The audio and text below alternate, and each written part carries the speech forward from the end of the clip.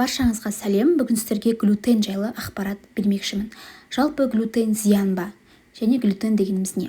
Глютен бидайдың, қара бидайдың, арпаның құрамында кездесетін ақуыз, яғни белок. Глютен қамырды созылмалы етеді.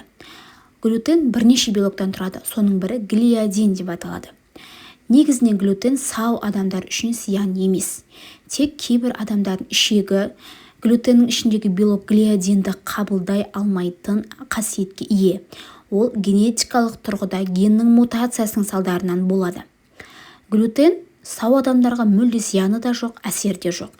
Яғни арнайы диагнозы бар глютенді энтеропатия, яғни целиакия ауруы кезінде глютенсіз диета ұсынылады.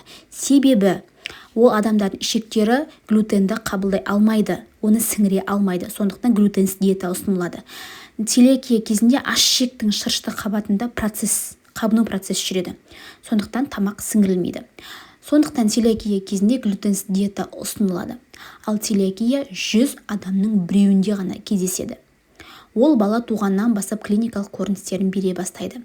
Егер сіздің деніңіз сау болып глютенсіз диетаны ұстанатын болсаңыз, дефициттерге алып келуі мүмкін. Мысалы, В тобының витаминдерінің жетіспеушілігі дамуы мүмкін.